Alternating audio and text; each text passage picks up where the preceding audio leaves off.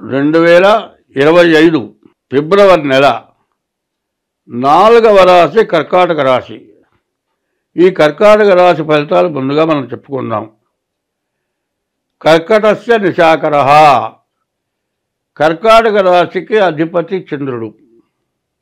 ఈ కర్కాటక రాశి పూర్వజన్మలో ఎంతో పుణ్యం చేసుకుంటేనే ఈ కర్కాటక రాశిలో పుడతారు. ఎందుకు దాని వివరం చెబుతా. పునర్వసు నక్షత్రం 4వ పాదం కర్కాటక రాశి. పునర్వసు 3వ పాదం వరకు మాత్రం మిథున రాశే. మిథున రాశి ఇంతకుముందు బాగాలేదని చెప్పా కదా, ఇది రాబోతోంది కర్కాటక రాశి. ఈ కర్కాటక రాశి పునర్వసు 3 పాదాలు మిథున రాశి, పునర్వసు 4వ పాదం కర్కాటక రాశి. పునర్వసు నక్షత్రం 4వ పాదం కర్కాటక రాశిలో రామచంద్రమూర్తి పుట్టాడు త్రేతాయుగంలో. అది రామచంద్రుడు ఎట్టాయినా అంటే రాముడు అనేటువంటి పేరు పెట్టారు. కానీ చంద్రుడు ఎందుకు వచ్చిందంటే కర్కాటక రాశికి అధిపతి చంద్రుడు కాబట్టి చంద్రుడు అని వచ్చింది. అయితే నవగ్రహాల మొత్తంలోకి ప్రధానమైన గ్రహాలు సూర్యచంద్రుడు. సూర్యచంద్రులను మించిన దైవాలు లేరు. ఈ సూర్యచంద్రుడు బాగుంటేనే బాగుంటుంది. మరి కర్కాటక రాశి అధిపతి చంద్రుడు కాబట్టి ఈ రాశి వాళ్ళు పూర్వజన్మ సుకృతం చేసుకొని ఉంటారు. వీళ్ళకి శత్రువులంటూ ఉండరు, అందరూ మిత్రులుగానే ఉంటారు.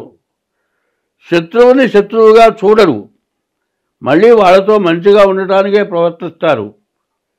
ఎవరు ఎంత తప్పు చేసినా క్షమించేటువంటి స్వభావం ఈ కర్కాటక రాశి వాళ్ళకి ఉన్నది. అయితే ఇంతకుముందు మార్చి 30 వరకు శని అష్టమంలో కుంభరాశిలో ఉన్నాడు. మార్చి 30 నుంచి శని మీన రాశికి వస్తున్నాడు. అంటే కర్కాటక రాశికి అష్టమ శని, మార్చి 30 దాకా అష్టమ శని. ఆ అష్టమ శని వల్ల చాలా కష్టాలు, అష్ట కష్టాలు అంటారు. అష్టమ రాశి ప్రాణకంటకుడు అంటారు. ప్రాణకంటకుడు అంటే ప్రాణం తీస్తాడని కాదు, ప్రాణం పోయినంత బాధ. పడే బాధలు ఎట్లా ఉంటాయంటే ఏ యాక్సిడెంట్ అవుతుందండి, ఏ కాలో విరుగుతుంది, ఆపరేషన్ చేస్తారు, కాలు కట్టుకడతారు, ఇక మంచంలో 1 ఏళ్ళు 2 ఏళ్ళు మొత్తం దాని మీదే. ఇది శాంతం తగ్గి లేచి తిరిగేటప్పటికి 4 నెలలు 5 నెలలు పడుతుంది.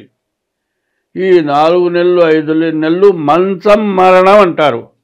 మంచం మరణం అంటే మంచం మీద పడి చచ్చిపోవటం కాదు, మంచం మీద నుంచి కాలు కింద పెట్టలేక, ఏ పని చేసుకోలేక, కనీసం లేచి కూర్చోలేక, అడుగు వేయటానికి వీలుగాక, మరి అక్కడే తిండి అక్కడే తింటాం, అక్కడే ఉంటాం, అక్కడే పడుకోవటం. ఇట్లాంటి బాధపడేప్పుడు ఏమనుకుంటాడే, ఛీ ఈ బతకటం కంటే చచ్చిపోవటం మంచిది అన్నంత బాధ కలుగుతుంది.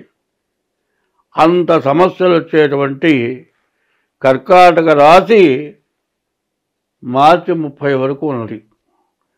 కాబట్టి శని వక్ర స్వభావం కలవాడు, ముందుకు వెళ్తాడు వెనక్కి వస్తాడు. అటువంటి శని 2 సంవత్సరాల 6 మాసాలు కర్కాటక రాశిలో ఉంటాడు. ఇప్పటికీ 2 సంవత్సరాల 4 మాసాలు కర్కాటక రాశిలో ఉన్నాడు. ఫిబ్రవరి మార్చి 2 నెలలు అయిపోతే కర్కాటక రాశికి 2 సంవత్సరాల 6 మాసాలు అయిపోయి కుంభరాశి నుంచి మీన రాశికి వస్తాడు. అటువంటి శని చివరిలోనైనా మేము అపకారం చేయొచ్చు. ఈ రాశి వాళ్ళు అనవసరమైన ప్రయాణాలు చేయటం కానీ, ఏదో యాత్రలకు పోవటం ఏదో చేయటం కానీ, ఎవరన్నా వచ్చి ఇంట్లో కూర్చుంటే ఎట్టావరా అట్లా బయటికి పోదాం పదా అని బయలుదేరి ఇస్తారు కొంతమంది. వాళ్ళ మాటలు విని బయటికి వెళ్ళినట్లయితే వాడే శనిగాడు అంటారు. వాడికి ఏం దెబ్బ తగలదు, మనకే దెబ్బ తగులుతుంది. దానివల్ల ఇబ్బంది పడతాం. తర్వాత నీ చేతితో డబ్బులు ఎవరికి ఇచ్చినా డబ్బులు రావు, ఆర్థికమైన ఇబ్బంది, అనారోగ్యాల సమస్యలు, మరి డబ్బులు లేకపోవటం, వైద్యానికి ఇబ్బంది కలగటం, ఇట్లాంటి కష్టాలు బాగా ఎక్కువగా కర్కాటక రాశికి మార్చి 30 వరకు ఉన్నాయి. కాబట్టి ఈ రాశి వాళ్ళకి మరి శుక్రుడు ఒకడు, కేతువు ఒకడు, రవి బుధులు, ఈ 4 గ్రహాలు బాగున్నాయి. రవి బుధుల వల్ల వ్యాపారం బాగుంటుంది, శుక్రుడి వల్ల వివాహం జరుగుతుంది, కేతు వల్ల మంచిగా ప్రవర్తిస్తారు. కానీ కుజుడి వల్ల మాత్రం చాలా ఇబ్బంది, శని వల్ల చాలా ఇబ్బంది ఉంది. కాబట్టి ఈ శని కుజులకు జపం చేయించుకోవటం, నల్ల నువ్వులు దానం ఇవ్వటం, కందులు దానం ఇవ్వటం, ఇది కరెక్ట్గా మీ గోచారం అయితే, అంటే మీ జన్మ నక్షత్రం బట్టి ఈ రాశి అయి ఉంటే, అట్లా కాని పక్షంలో మీ జాతకం చూపించుకోవాలి, మీ జాతకం ద్వారా ప్రవర్తించాలి. ఇట్లా చేస్తే మీకు బాగుంటుంది. ఇప్పుడు 24, 25, 26 సంవత్సరాలు పాపగ్రహాలు ఎక్కువగా ఉండటం చేత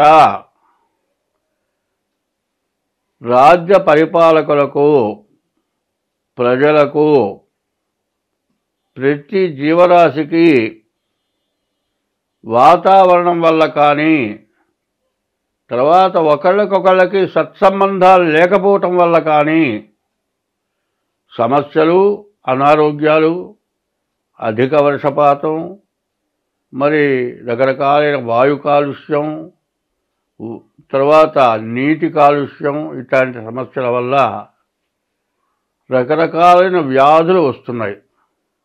ఎట్లా అంటే పాపగ్రహాల బలం ఎక్కువగా ఉంది.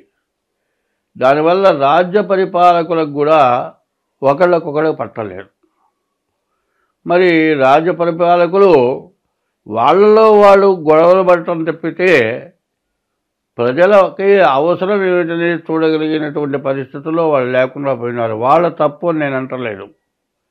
అంటే గ్రహస్థితి నవనాయకుల్లో గ్రహాలు కొన్ని బాగుండకపోవటం వల్ల ఇటువంటి సమస్యలు అధికంగా వస్తూ ఉన్నాయి. ఎందుకంటే దేశం మీద దేశానికి, దేశంలో ఉన్నటువంటి మరి పరిపాలకులకు, ప్రతిపక్షానికి, తర్వాత కులవారీగా తగాదాలు, ఇట్లా సమస్యలు బాగా ఎక్కువ అవుతూ మత కలహాలు ఎక్కువ కావటం, దేశ విదేశాల్లో సమస్యలు వచ్చి యుద్ధాలు రావటం, ఇట్లా సమస్యలు బాగా పెరుగుతున్నాయి. ఇట్లాంటి సమస్యల్లో మతాల్లో కల్లా హిందూ మతం అనాది మతం అని చెప్పింది. ఈ అనాది మతం అంటే ఎవరు సృష్టించింది కాదు అని అర్థం. అనాది అనగా మొదటి నుంచే ఉన్నటువంటిది, ఎవరు తీసుకొచ్చి పెట్టింది కాదు.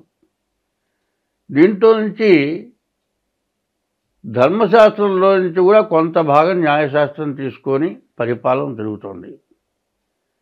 కానీ పరిస్థితుల ప్రభావాన్ని మనం అర్థం చేసుకోవాల్సిన అవసరం చాలా ఉంది. కాబట్టి తనని తను రక్షించుకోవటమే ఎవరికి కష్టంగా ఉంది. ఎవరికైనా తను బతకడం, తన భార్య పిల్లల్ని బతికించుకోవటానికే సమస్యలు ఎక్కువగా ఉన్నాయి. కానీ ఇట్లాంటి సమయంలో పక్క వాళ్ళ సమస్యలు పట్టించుకోవటం, దీనివల్ల సమస్యలు పెరగటం జరుగుతోంది. ఎందుకంటే హిందూ మతంలో మరి ధర్మము, న్యాయం, ధర్మో రక్షతే రక్షిత అని, ధర్మాన్ని నువ్వు రక్షిస్తే నిన్ను ధర్మం రక్షిస్తుందని చెప్పుంది. ధర్మానికి అధర్మానికి పోటీ పడ్డది. ఇప్పుడు అధర్మం ప్రబలి ధర్మాన్ని వినాశనం చేయడానికి సిద్ధమవుతున్నటువంటి సమయం ఆసన్నమైంది. కాబట్టి ఒకప్పుడు మా చిన్నతనంలో ప్రభాకర ఉమామహేశ్వర పండితుడు ఉండేవారు. ఆయన ఉపన్యాసం చెప్పటం మొదలు పెడితే కొన్ని వేల జనం కూర్చొని ఉండేవాళ్ళు. కనీసం పెద్దలైన వాళ్ళు ప్యాసుకు ఆపుకోలేకపోతే బయటికి పోవడానికి కూడా అవకాశం ఉండేది కాదు. అంత ధర్మాన్ని కరెక్ట్గా నిలదీసి చెప్పగలిగినటువంటి వాళ్ళు ఉండేవాళ్ళు. మరి వాళ్ళంతా అంతరించిపోయినారు. ఇప్పుడు కాలక్రమేణా మరి శృంగేరి, మరి 4 పీఠాల్లో మొదటి పీఠం శృంగేరి, అటువంటి శృంగేరి పీఠం కొంత చెబుతూ ఉన్నది. వాళ్ళు చెప్పేదాన్ని ఎవరు ఎక్కడ కాదంటానికి వీల్లేదు. వాళ్ళ నుంచి ఉద్భవించిన వాళ్ళే అంటా నేను. ఎందుకంటే ఏం చెబుతారంటే సంస్కృతము అనే పదానికి అర్థం ఏంటంటే సంస్కరించిన భాష సంస్కృత భాష. సంస్కరించడం అంటే దాన్ని ఎవరు ఇక కాదని అంటానికి వెళ్ళేది ఇది సంస్కృతము, సంస్కరింపబడిన భాష.